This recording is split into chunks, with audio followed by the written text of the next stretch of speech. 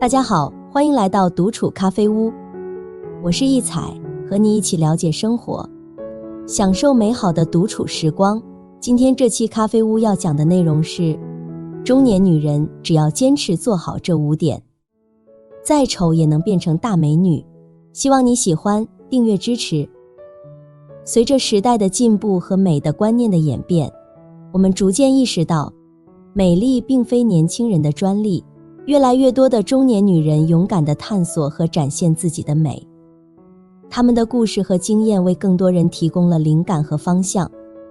在社交平台上，我们经常能看到那些时尚博主，她们本身条件优越，审美眼光独到，因此在追求美的道路上显得更加得心应手。然而，对于那些外貌条件平平，初次尝试改变自己的女人来说，即便从这些博主那里获得启发，有时仍然会感到迷茫和无从下手。其实你需要的不仅仅是榜样，更需要具体的指导和实用的建议，帮助她们找到属于自己的美丽之路。那么普通中年女人变美究竟该从哪里下手呢？有效变美的方式有哪些？本期咖啡屋，我们就从这位零基础、长相普通的50岁女士为例，来聊聊中年女性变美的技巧和方法。相信看完这期节目会给你一定的启发。第一，变美的底层逻辑，了解自己。这位女士今年55岁了，去年开始通过社交媒体发布求助贴，想要学习穿搭、化妆等，而通过一段时间网友的帮助以及汲取的经验，也可以看到她从最开始的土，慢慢摆脱老气，到现在会给人惊艳感。在我看来，足以成为中年素人自我改造的天花板了。而之所以觉得她的变美思路非常值得我们学习，很大一部分原因是因为她所遇到的变美问题，是80%普通中年女性都会遇到的。比如说这3个普遍存在的特征。特征1，肤色偏黄和暗沉。首先第一个就是很多女性普遍都存在的问题，肤色偏黄、暗沉，这是大家平时比较容易忽略，但又决定整体造型成功与否的关键。年轻人肤色偏黄、暗沉还有好的状态支撑，但过了中年后，脸色一旦蜡黄暗沉，显土是其次，关键人看着也会老很多。特征2，发量少，发际线不好看。很多人到了一定年纪，还会面临的一大问题就是出现发量稀疏、发缝变大、发际线后移等问题。可别小看了发型，过了中年它就成了我们的第2张脸，而且头发直接决定了状态。同一个人，仅在不同发型状态下，让人感知到的年龄相差是非常大的。看这位女士，有发片修饰和没有发片修饰，状态相差的不是一点半点。特征3，凸嘴。第3个比较突出的就是许多亚洲女性都会出现的特征。凸嘴，因为凸嘴会让大家联想到猿人的状态，而这一特征也往往预示着土。比如说凤姐，其实其他的五官以及脸部线条拎出来都没有太大的问题，但就是因为一个凸嘴就直接被拉入了土的长相当中去了。这是因为凸嘴会增加下半张脸的亮感，让我们的视觉集中在唇部，而我们第一眼看到了不好看的部位。即便其他五官再好，往往也只会记住第一眼看到的样子。所以想要改变第一印象，在后期的变美过程中，我们就要往弱化的方向考虑。在了解了急需改变的特征之后，我们只需要根据这些特征来做调整，做到扬长避短，就能解决我们大部分的烦恼。利用变美的3步骤，从整体到局部，再到细节。第2，从整体出发，改善肤色偏黄问题。1，基础选款要点。首先，肤色偏黄、暗沉最大的影响有2个，一是穿衣容易显土，2是看着没精神，显沧桑。那针对这2点，我们可以从2个方面入手。一是穿衣显土，避开老年妆。老年妆比较明显的特征就是花哨印花、颜色暗沉以及太休闲、刻板。比如说这两身帽衫、收腰的西装都会加重年龄感。而同样的，一些过于鲜艳、夸张的印花服装，也容易暴露年龄感。若是想要用印花裙装来打造造型，那么更建议选择将印花放在下半身，上半身选择简约基础的款式。对于风格不确定或者适合走优雅知性路线的中年女性，最佳的款式就是无领感。比较经典的就是衬衫、T 恤、牛仔、伞裙，搭配经典的格纹、条纹、波点等设计，基本都不会太出错。二是显沧桑，避免暗沉色。在颜色上，我们不仅要让肤色看起来更加明亮，还要注意避免那些让人看起来老气的颜色。特别是对于肤色偏黄偏黑的女性，有3种颜色是需要特别小心的，那就是暗淡的色调、接近肤色的颜色，以及过于鲜艳的色彩，比如黑色、卡其色和高饱和度的颜色。许多人偏爱黑色的装扮，认为它能显瘦，或者给人一种成熟稳重的感觉。然而实际上，黑色对于肤色偏黄偏黑的人来说并不友好，全身黑色的搭配很容易让脸部看起来没有光泽，显得疲惫和衰老。同样的，卡其色也是如此，因为与肤色相近，没有任何的对比和衬托，以至于肤色看上去就是土黄的。看这组对比就能明白。而色彩饱和度高的颜色，则是因为与肤色的对比过于强烈，以至于显得肤色更加暗沉，看着也容易显土。正确选色，颜色清浅。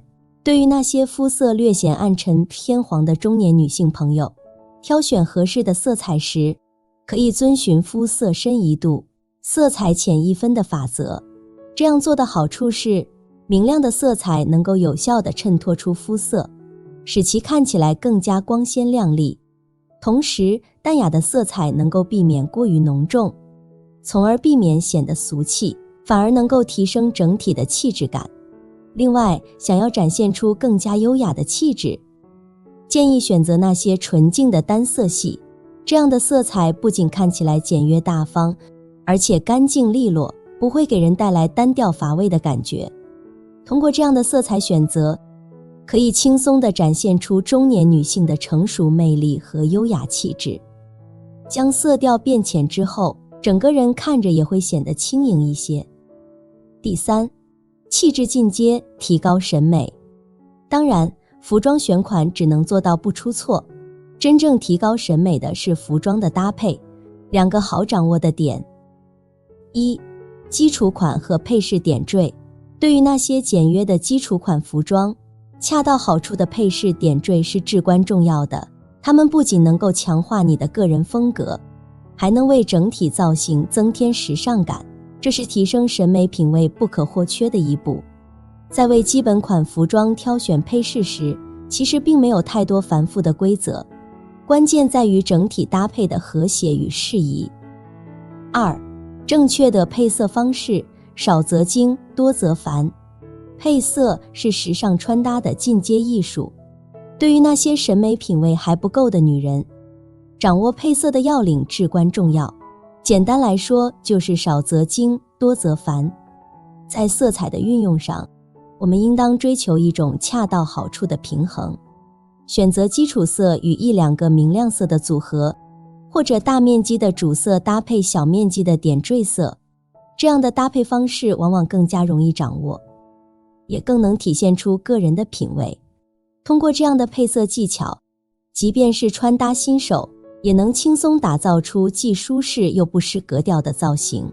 色彩一旦泛滥，很容易就掉进追求时尚却显得过于繁复的泥潭。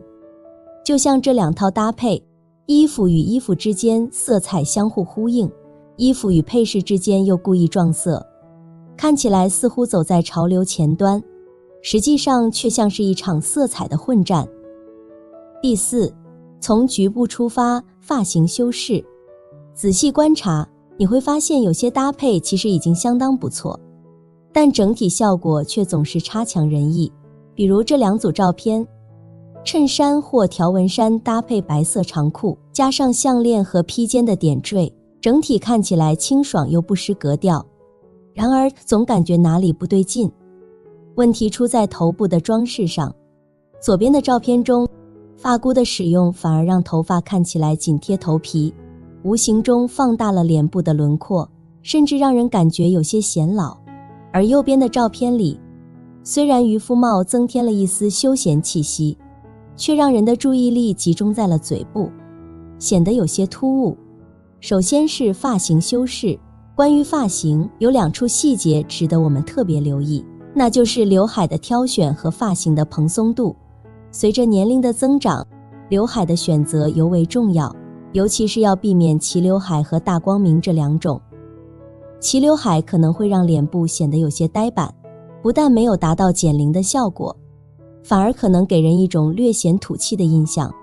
而大光明的发型则容易让发量和发际线的问题暴露无遗。相比之下，斜分刘海是更为理想的选择，它不仅能够巧妙地拉长面部线条，让脸型看起来更加精致，还能巧妙地修饰那些不够平滑的轮廓，让人看起来更加优雅大方。发量稀疏最大的弊端就是暴露头型显脸大，而贴头皮的发型也是如此。所以即便是刘海斜分，也要注意发型的蓬松度。发量稀疏可以适当将头发烫卷，不过要避免卷度太小的泡面卷，容易显老，以这种大卷发为主。24毫米至28毫米的卷发棒踩雷率低。其次是帽子修饰，许多人认为帽子仅仅是用来打造时尚造型的，但实际上它还有着一个非常实用的功能，那就是美化头部的轮廓。举个例子，看看这一组对比照片，同样的服装搭配，左边的造型因为头顶紧贴头皮，看起来容易让人显得年纪大一些。然而一旦戴上帽子，所有的发型烦恼都没有了。挑选合适的帽子其实也是一门学问。如果你的面庞较为宽大，或者下巴线条不够完美，那么那些紧贴头部的帽子，比如棒球帽、渔夫帽、中型帽、毛线帽，会让你的面部特征更加明显，有时候甚至会显得有些土气。建议你选择那些能够带来开阔感的帽子，例如贝雷帽和平顶帽，特别是那种带有宽檐的平顶帽，它不仅能够巧妙地修饰你的脸型，还能增添一份优雅的气质。第5，从细节出发，弱化凸嘴。下面就是凸嘴的问题。对于已经形成的凸嘴问题，我们要做的就是尽量去弱化它的存在感，降低对面部气质的影响。从3个角度出发可以优化。1、口红颜色选浅色。对于爱美的女性而言，挑选口红色彩时，浅淡的色调往往更显优雅，过于鲜艳的色彩容易夺走视线，让人第一眼就注意到唇部。以黄绮珊为例，她曾经偏爱浓烈的口红色彩，结果总是让人一眼就注意到她的嘴唇，反而显得不够精致。现在，她更倾向于使用柔和的浅色系口红，这样唇部的吸引力被巧妙地降低，不再成为视觉焦点，反而显得更加自然和有品味。另外，在涂口红的时候，千万不要非常刻意地去将唇线勾勒得非常明显，你以为是精致，但实际上是精致土，因为这样清晰的唇线只适合口红写真或者要匹配同样精致的全妆，否则就会格格不入。日常的妆容还是偏简约，唇部边缘自然晕染开会更好。也就是说，口红色彩选择雾面、哑光、裸色系的，唇线不要太过清晰，这样可以降低唇部的视觉，又能增加气血感。2、耳环要有选择。对于凸嘴的女性来说，挑选合适的耳饰显得尤为重要。观察黄绮珊的造型变化，可以发现她以前佩戴的长款耳环，不经意间将人们的视线引向了他的下颌区域。这样一来，他的嘴凸的问题就更加明显了。然而现在他更倾向于选择珍珠耳钉。这种简洁大方的款式不仅能够巧妙地吸引目光，还能在不经意间提升整体的气质。所以在耳环的选择上，一定要注意避开那种存在感强的以及长款耳环，多选择精致小巧的耳钉最佳。3. 做好表情管理，让笑容更迷人。第3个就是做好表情管理。像凸嘴切忌做的表情就是紧抿着嘴，抿嘴笑，半露齿笑，露牙龈笑。如果是不笑的情况下，千万不要抿嘴，会有一种紧绷不自然感。最好的状态是略微张嘴，或者上下牙齿略微分开，两唇之间有了间隙之后，看上去会更松弛，还自然一点笑意。笑的时候也要注意，尽量不要抿嘴笑，半露齿笑，容易给人一种苦笑的感觉。而露牙龈笑则容易出现龅牙的情况。日常可以练习筷子微笑法，学会用嘴角发力，感受嘴角和苹果肌上提，也就是拉尖嘴角，这样看着牙齿不会那么凸和大，笑容也会自然好看很多。这2张笑容就非常有感染力。总的来说，变美的底层逻辑就是了解自己，在足够了解自己的基础上做到对症下药，变美就是一件很容易的事情了。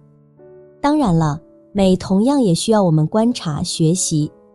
所以现实生活之中，中年女人想要变美，只要做好5点，就可以帮助任何女性达成变美的愿望。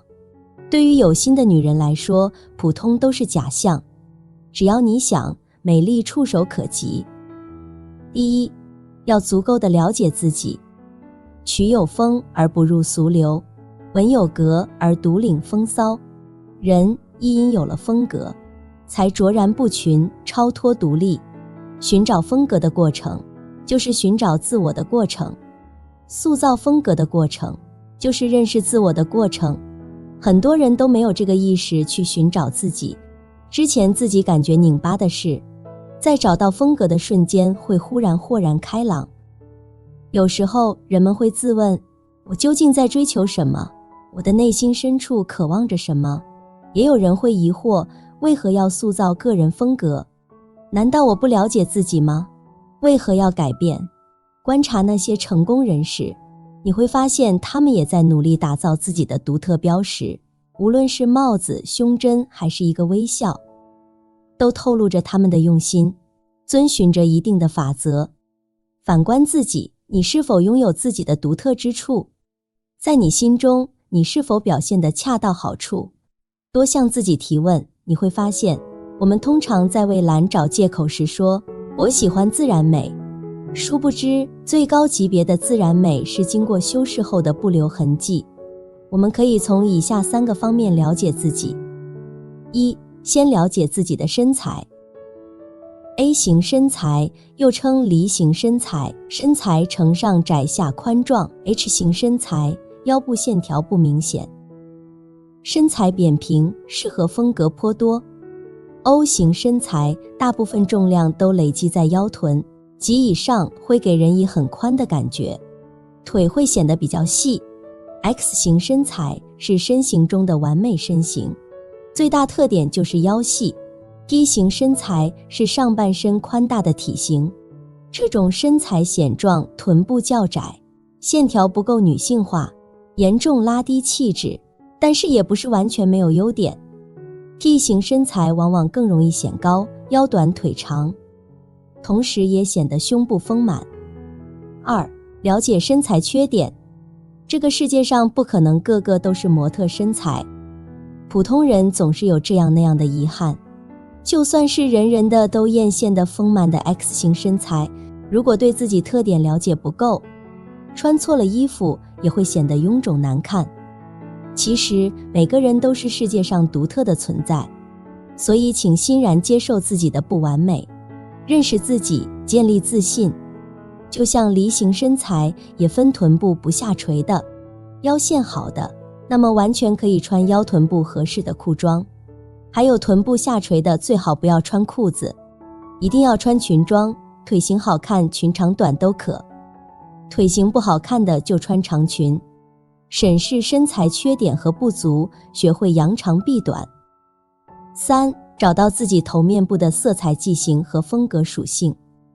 一般分为8色彩剂型，一是4个标准型：深暖型、深冷型、浅暖型、浅冷型；二是4个非标准型：浅淡型、柔和型、华丽型、对比型。在寻找中，你可能会发现不止一种颜色适合你，你可以把这2种颜色再进行一下对比，你会发现有一个比另一个更加适合，那么基本上就可以判断出你的主色调了，另一个则是你的第二基调。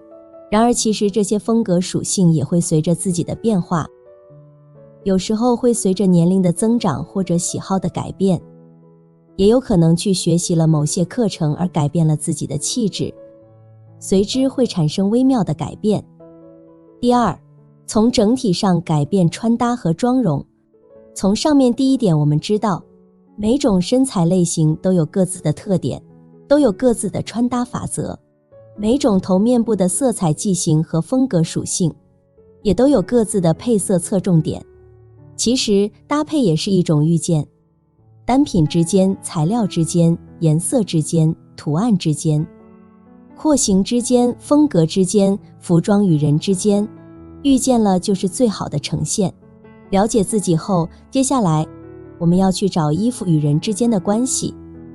这里说的关系指的是，你即使是优雅型的人，也不是所有优雅型的衣服你都能穿，一定要针对自己的体型、自己的喜好来选择。穿衣打扮，自己开心最重要，不要成为时尚的奴隶。形象是我们直接呈现给别人的语言，是可以赋予我们力量的。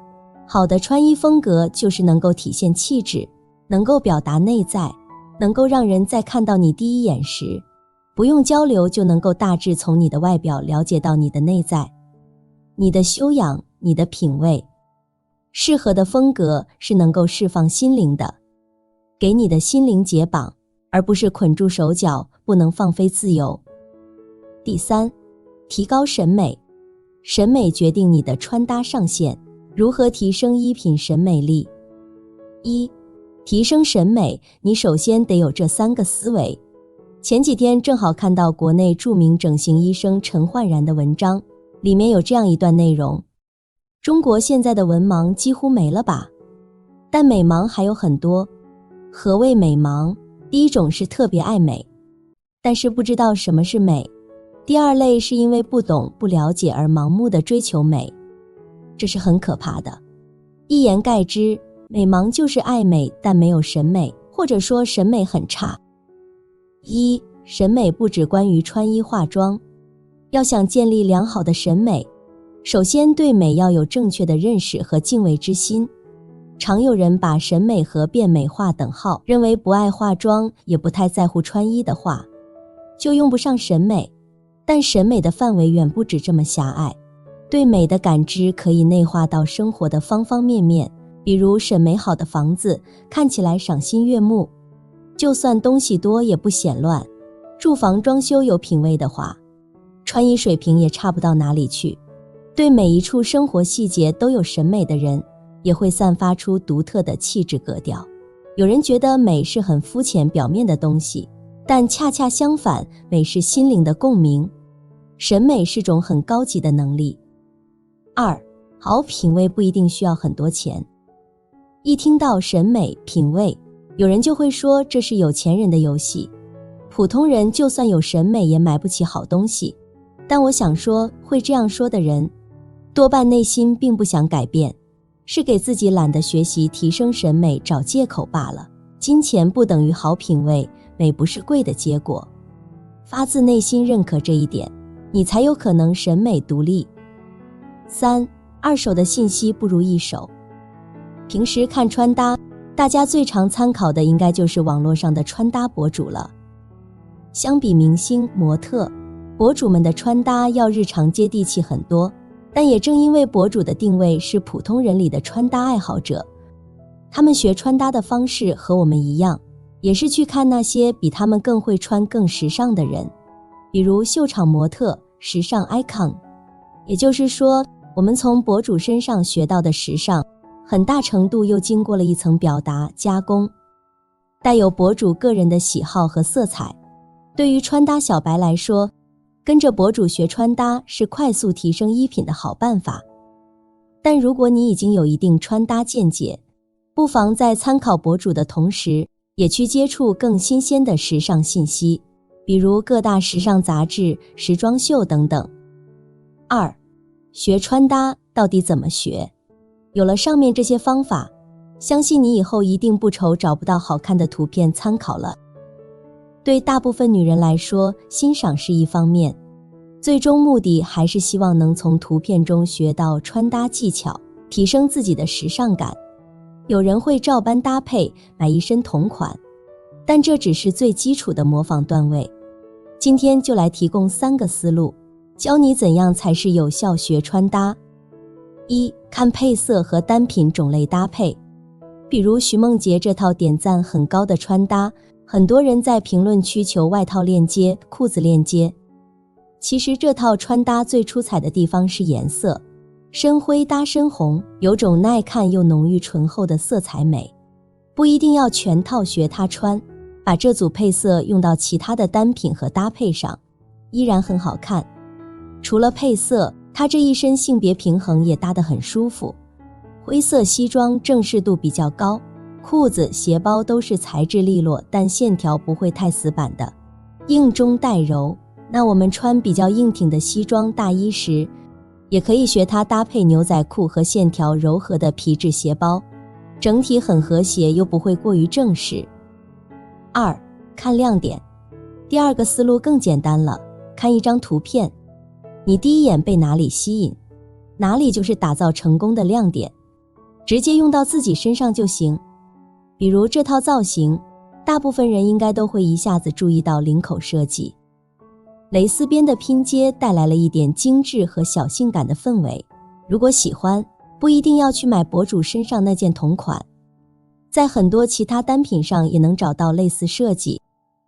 3. 看细节。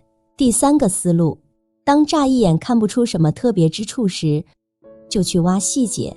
比如很多韩系博主，一眼看去明明穿得很简单，但又莫名很有氛围。细看的话，就会发现刘海的弧度、配饰的完整度，都无形中给氛围做了很大贡献。还有可能是鞋包搭配的别出心裁，比如用运动鞋代替皮鞋，用双肩包代替单肩包，都会让穿搭多点不一样的味道。一个真正有心的人，不会放过从每一件小事、每一张图片里汲取美的灵感，滋养自己的品味和审美。第4，从局部出发，发型修饰。发型对一个人的外观和气质有着举足轻重的作用，它能够极大地改变一个人的外貌、气质和整体形象。一个合适的发型能够凸显个人的优点，遮掩不足之处，同时提升个人魅力。首先，发型对一个人的外观有着显著的影响。一个人的发型往往是他人对其第一印象的关键部分。一个与个人的脸型、发质和风格相匹配的发型，能让人看起来更加整洁、时髦和有魅力。反之，一个不适合的发型会让人显得邋遢、随意，甚至缺乏专业感。其次，发型对一个人的气质也有着深远的影响。不同的发型和风格能够传递出不同的信息和气质。例如，短发通常给人一种干练、率真和时尚的感觉，而长发则可能给人一种柔美、浪漫或神秘的感觉。选择一个与自己气质相符的发型，可以帮助你更好地展现自己的个性和风格。最后，发型对一个人的整体形象也有着重要的影响。一个人的形象是由多个方面构成的，包括发型、着装、妆容、姿态等。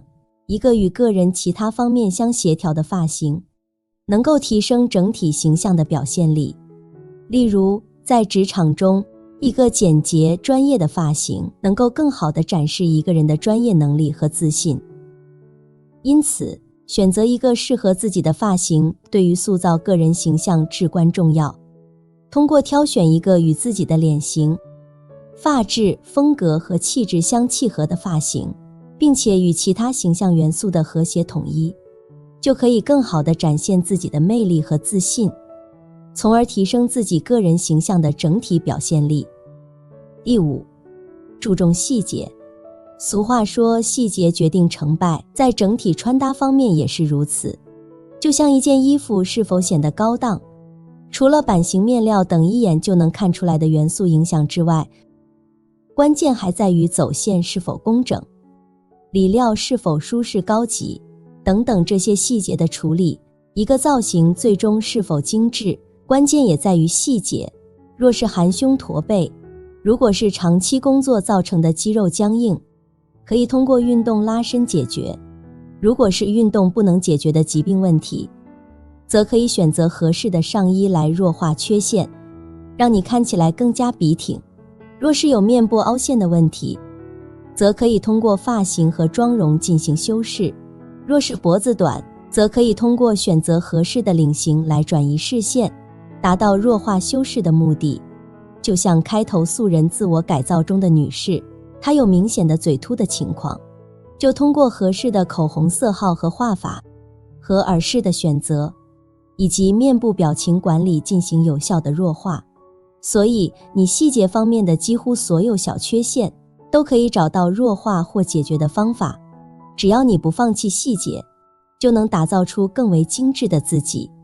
总的来说，中年女人只要坚持做好以上5点，再丑也能变成大美女。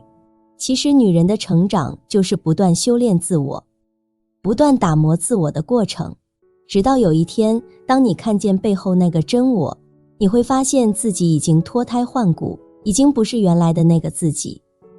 一定会充满自信地说，你遇见了最好的自己。好了，这期咖啡屋到此就分享完了。如果内容对你有所帮助，或者看后有所醒悟，麻烦你订阅和分享给身边的朋友。欢迎留言和投稿，在咖啡屋与我们一起学习别人的最好，遇见更好的自己。我们下期节目见。